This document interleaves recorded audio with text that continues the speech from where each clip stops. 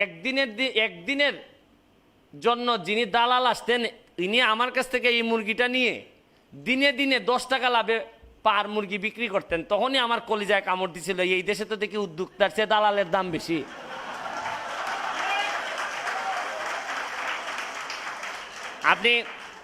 আপনারা জানেন না যে কত কঠিন রাস্তায় আপনারা পাড়ি দিছেন। আপনারা তো বাহার সাহেব তো যে সুন্দর করে কথা বলছেন, ব্যারিস্টার সাহেব যে সুন্দর করে কথা বলছেন, নীলু যে সুন্দরভাবে কথা বলছে, তাতে মনে হচ্ছে উদ্যোক্তা বাংলাদেশে অনেক সহজ।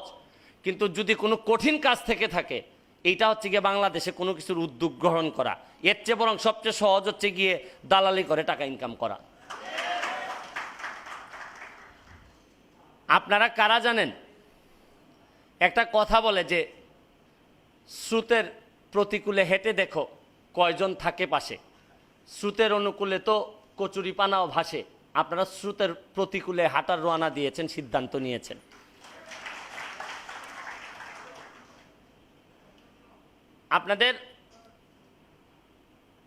আমি যখন 250 কিলোমিটার দূরে 12:30টার সময় রওনা দিছি আপনাদের জন্য, আমি উদ্যোক্তা কেন জানেন? আপনারা খেয়াল করছেন কিনা, আমি যখন এখানে উঠছি আমার লজ্জায়, আমি অত লজ্জা সাধারণত আমি পাই না। আমার জুতার মধ্যে দেখছেন কিনা কাদা লাগানো, প্যান্টের মধ্যে কাদা লাগানো,